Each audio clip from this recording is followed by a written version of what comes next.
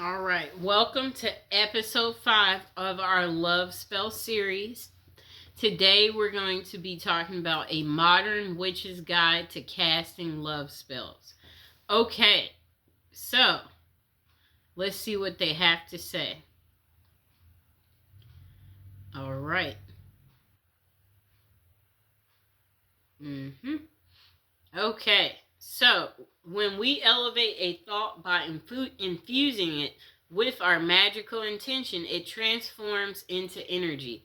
Spell casting is the art of identifying, raising, and directing energy to actualize our intentions. And when it comes to matters of the heart, love spells are the perfect tool for inviting positivity and connection into our lives.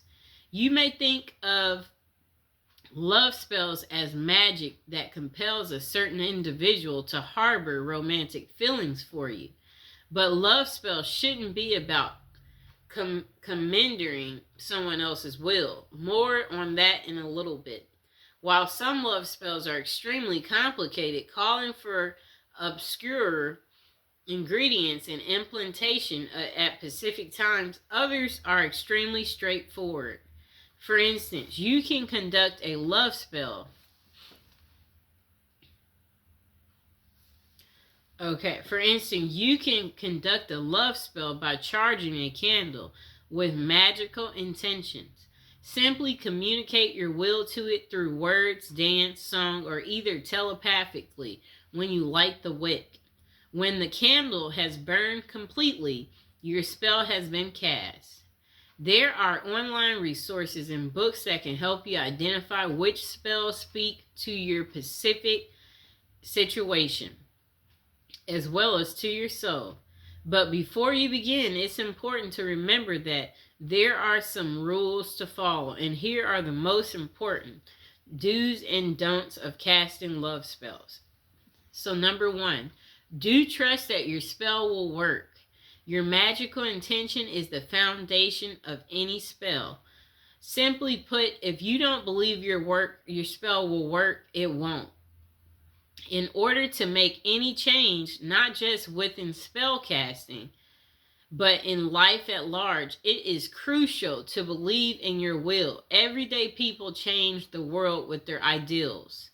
Your thoughts are always powerful forms of energy. Positive thoughts amplify abundance, while negative thoughts amplify scarcity. If you cast a spell you don't believe you can manifest, you're wasting your time. That's the first thing to know. Don't create unrealistic expectations, okay? Yes, you can both believe in your spell casting practice and manage your expectations of what it will yield. Unfortunately, love spells will neither transform a frog into a prince nor make your favorite celebrity crush fall in love with you. If you're focusing your spell on a specific individual, you need to already have a strong connection with that person. And you shouldn't attempt to transform who they are or how they feel. Instead, focus on inviting more abundance and love into your relationship with them. Keep in mind that a person is unavailable in one realm is unavailable in all realms. For instance, if your lover is extremely blocked in the spiritual realm, spells can do little to help you deepen your relationship with her in the physical realm. She must be emotionally or spiritually open to spell work first. So if the object of your affection is currently in a relationship with someone else in the physical realm, he's not someone you can connect with in the spiritual realm. Besides, you don't want to set an intention of ending someone else's happy relationship, do you? Number 3, do research correspondences. Spells are based on patterns of connection. The notion that a part can represent a whole, that we can connect our individual practices with the wider workings of the universe. This is the promise of all divination practices as captured. As below, as above, as below.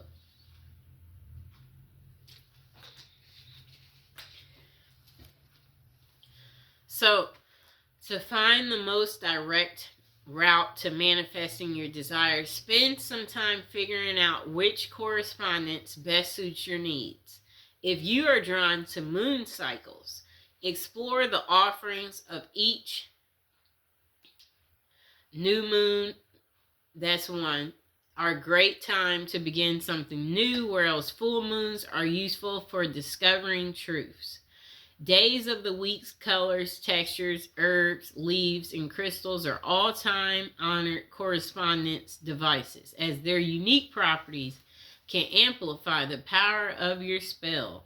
You're also free to create your own associations. Just remember, specifically is everything. Okay, don't be vague. Unlike your exes, the universe doesn't play games. It gets right to the point. So when you're casting a love spell, your intentions need to be extremely specific. Remember, spells are simply you using energy. And if your spell is based on generalization, your results will not be that great. Okay?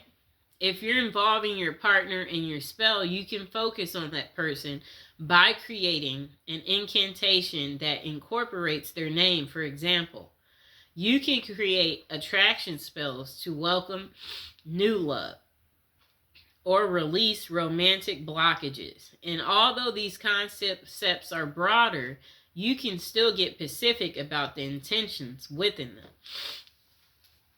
Are you looking for long-term commitment or passionate XXX? Are you seeking to let go of painful, lingering feelings for your ex?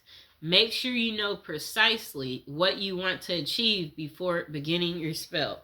The next thing is do stay present. When you cast your spell, you'll be channeling a great amount of energy, so don't be surprised if you physically feel the vibrations you're projecting. Your senses will also be heightening. You'll be more receptive to subtle shifts within your environment, including in movement, temperatures, sounds. Okay. Keep in mind that it's neither possible nor desirable to remain in this heightened energetic state at times. So don't worry when it dissipates after your spell has been cast. You can always return to this space. Remember too that some love spells are realized literally overnight. Others need time to ripen. In the case of the latter, it is especially important to stay present and alert. Within magic, there are no coincidences, so take note.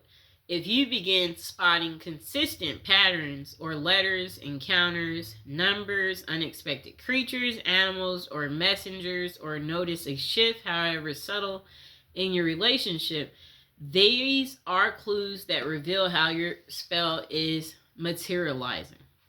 Okay? Number 6, don't obsess over your spell's outcome. There's a fine line between awareness and it's just saying once you release your magical intention, it will take the best route to reach its destination. But this route won't necessarily be the fastest. Your energy has the power to bypass obstacles, but in order for the universe to do its thing, you need to give it time, space, and trust. When you obsess over the outcome of your spell, you infuse this energetic current with desperation, fear, and doubt. This energy muddles the effectiveness of manifestation, so play it cool and let the magic groove. Next thing is do remember the law of threefold return. Whenever you're collecting and directing energy, consider the law of threefold. Whatever you release into the world, positive or negative, will be returned to you 3 times, depending on the spell. This can refer to either sequence, or potency. But regardless, casting spells ethically will lead to the best outcome for others and yourself.